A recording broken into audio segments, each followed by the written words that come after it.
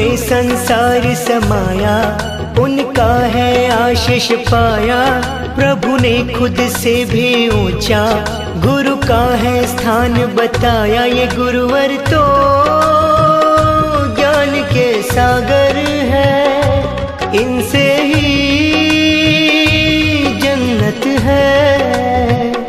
ये गुरुवर तो ज्ञान के सागर है।